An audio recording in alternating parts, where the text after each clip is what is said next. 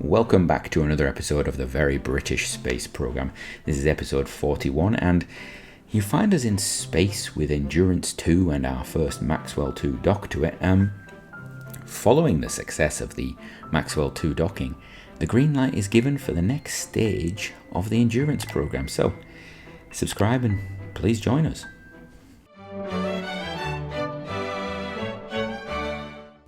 So it is the 5th of March 1964, and with the green light given, we have the launch of Endurance 3, our next space harbour, with a little bit of an added level of complexity than the first two. This is going to be the first time we have a space harbour with multiple docking ports. That means we can have two craft docked at once. This is hoped that this will actually enable our crew to be able to survive longer. Now, there had been debate about just building bigger space harbours with one docking port, about launching them on potentially a Blue Knight 2 and going for a 20-ton station. The decision was that currently we're still developing technologies and we don't need the big mass of those things just yet, but they are likely to come. But for the moment, these small little cabins in space are going to act as our space harbours. They're going to be looking after everything. So we're launching on a standard on a Trident 2 from Spade Adam, and it lifts the Endurance 3 into low Earth orbit quite nicely, actually. We could do our usual engine cutoff, bring it in, and there we go, just sorted. Now, we do have limited fuel on board this space harbour because of the additional docking facilities.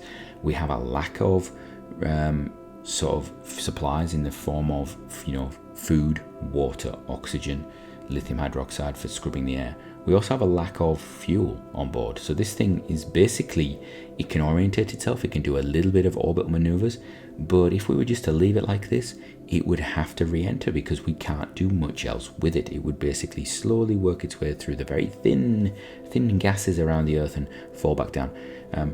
Not that we'd do that, we wouldn't let our space harbours fall uncontrollably into, I don't know, the Australian desert or something like that. That would just be silly, wouldn't it? You wouldn't do that. So, it's going to sit up there. Now, it is the 6th of March. It's a day later. A day later, plans are put in place for the first transfer from one space harbour to another.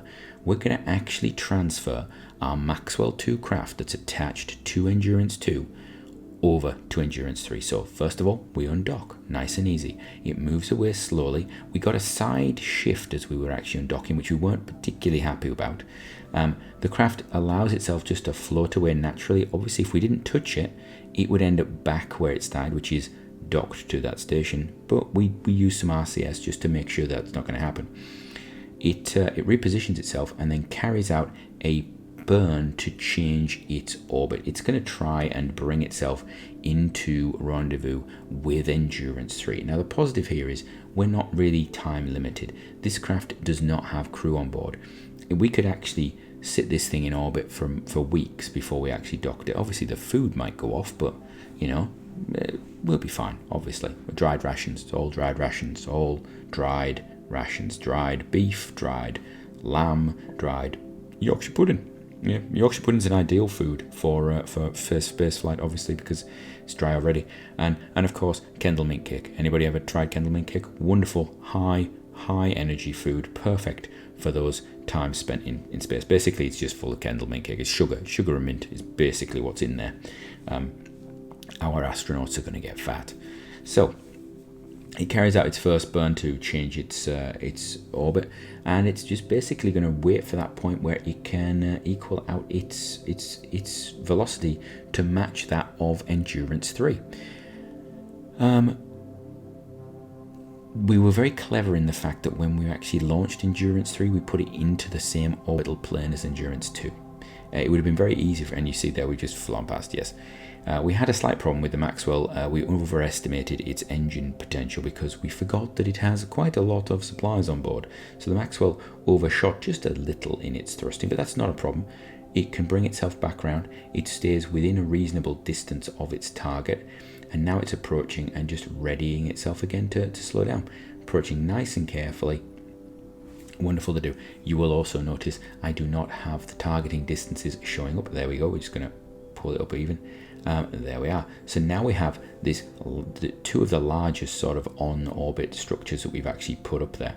And we're going to combine them to form the sort of ready for habitation facility. Now, obviously, we're not likely, initial plans are that we're going to actually dock the Maxwell 2, and that will then provide the life support facilities, i.e. the food, water, oxygen, that will be processed by the actual Endurance 3 and to support the crew.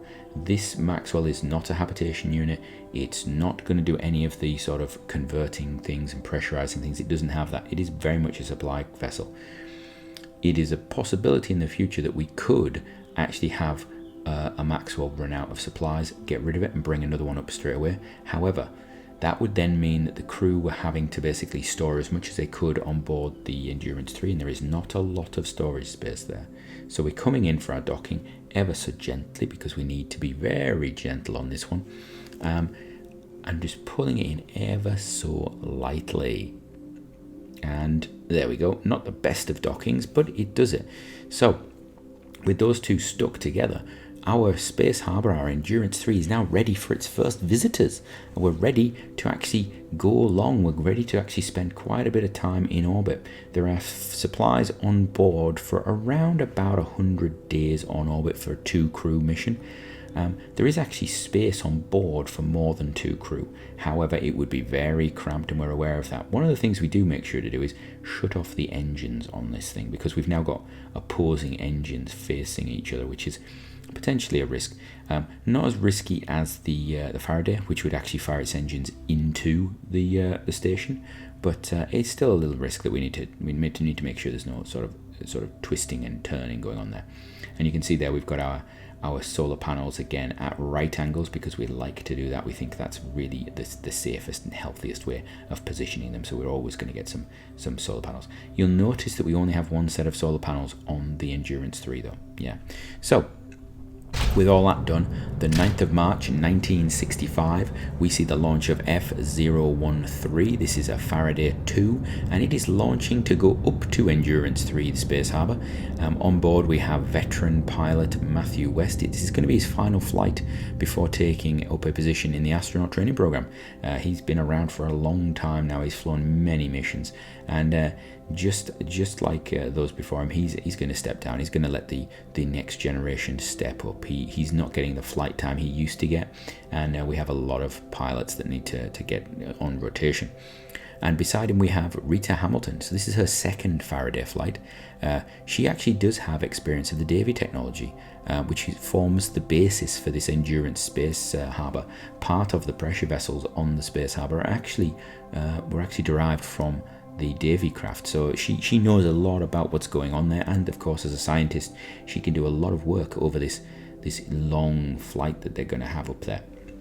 And it is going to be a long mission. The idea is that hopefully they will be able to stay in orbit for at least 60 days, hopefully more than that, but it's about seeing what's going to go on up there. You know, we have fuel for 100, we have supplies for 100 days up there.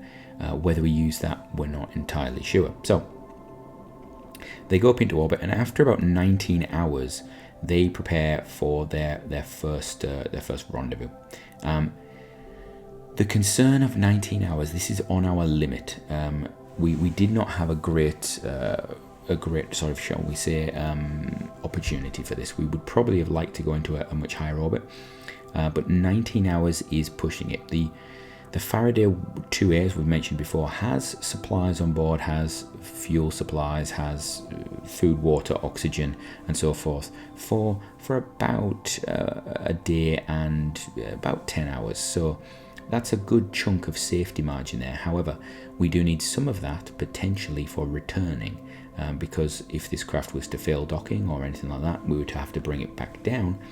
We'd need to use that material, so we need to be aware of that. So 19 hours flies by in the blink of an eye, and we are approaching our preparations for rendezvous. So we're going to do our first little bit of a rendezvous burn, and we're not actually using much in the way of Delta V. We've we've actually got these craft down and docking processes down reasonably well. We were using originally the Faraday, when it was developed, was designed to allow around about 500 meters per second at least for the docking process. We've actually cut that significantly now. It uses a lot less. And the Maxwell, in fact, in its last docking, I think only used about 50 meters per second, if that. We've got a lot of extra on-orbit sort of capacity there.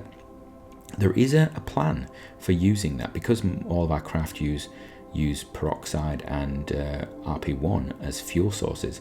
There is a plan for actually, doing something with excess fuel that comes to orbit, because there's no point discarding it. It's Delta V. We're throwing away Delta V there. So we will be looking at some potential opportunities that may come to light in future as this Space Harbour project continues. Anyway, they go along, and they are now approaching a position where they're going to be, and we enter a bit of a tumble there, which is a bit of an odd one. We're trying to, the crew is, Matthew's not having a great flight at this point, shall we say. He's done really well to this point, and then manual control just loses him a little bit. So what we actually have is he's going to bring this in for its docking now. He's trying to basically identify the target, bring it in, get itself lined up so he can actually do his burn to zero out his distance. And he's done a little bit of RCS maneuver, and this is where his sort of experience comes in. He's actually used a bit of RCS far out from rendezvous to just really bring that rendezvous in nice and close and really minimize the changes he's going to have to do when he's close up. And now it's just a case of looking around, and there he goes. He sees, prepared already, himself ready for the docking, and he's going to fire himself up and just parallel park it right beside the station. There you go. This is a large structure now, so this is the largest actual thing that this craft has docked to yet. We've had the other space harbours it's docked to and things like that, but this will possibly be the biggest en masse docking that we've actually had. We're looking at around about a total of 9 tons on orbit now, which, well, actually more than 9 tons. We're actually looking at around, I think, 11 tons in total when these craft dock, which does give us quite a volume on orbit. Now, to put that into perspective, however, our interplanetary probes, they're 20 tons, including the transfer stages. So the ITS plus the probe is around 20 tons. So this is not our largest, on-orbit craft, but this is a large conglomerate, our largest conglomerate craft on orbit that's actually been formed in orbit.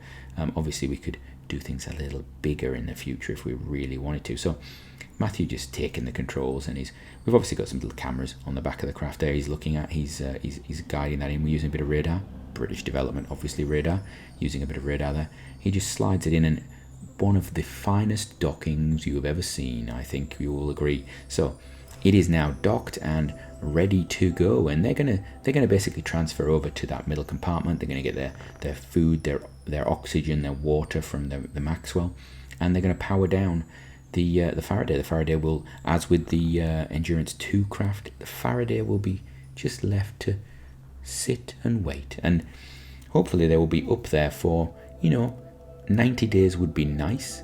This is, of course, our first 3-part sort of structure in orbit, so that's a new one for us. There is likely to be some problems. It is not the largest structure in space, but it's home for them now. So let's see how they go, I think. But while they're floating around in orbit, we have to revisit one of our previous craft, and this is Messenger 1. Messenger 1, which has already flown past Mercury once, is actually preparing to do it again. So it's actually going to carry out a slight refinement of its burn, an earlier burn, to actually encounter Mercury for a second time. And this is a big thing for us. We've not actually had a craft, and you can see there, it's already set to actually pass by Mercury, but we've not had a craft that's actually flown past another planetary body twice before. So it's gone from Earth into Solus, into the sphere of influence of the Sun. It's then popped into Mercury's sphere of influence, popped back out. It's gone round the Sun, I think 3 times at this point, and now it's coming back to Mercury. And what we're just doing is we're going to bring it in. Now, originally we planned to pop it along the dark side, but decisions were made. We have computer control on the probe. We're going to actually pop it on the light side. We're not sure the Earth will be in the right position when this happens, but we're going to pop it along the light side so we can get a really good look of this. And what we're actually going to do is go over the south pole of Mercury, because then we can see that transition between the light and the dark, and we can actually get the cameras at it and see if there's anything really interesting going on there, pick up all the science we can around the poles. But while that sets off, we're going to see it in about 190 days. It's going to get to Mercury. While that's going on, from me, until next time, have a great one.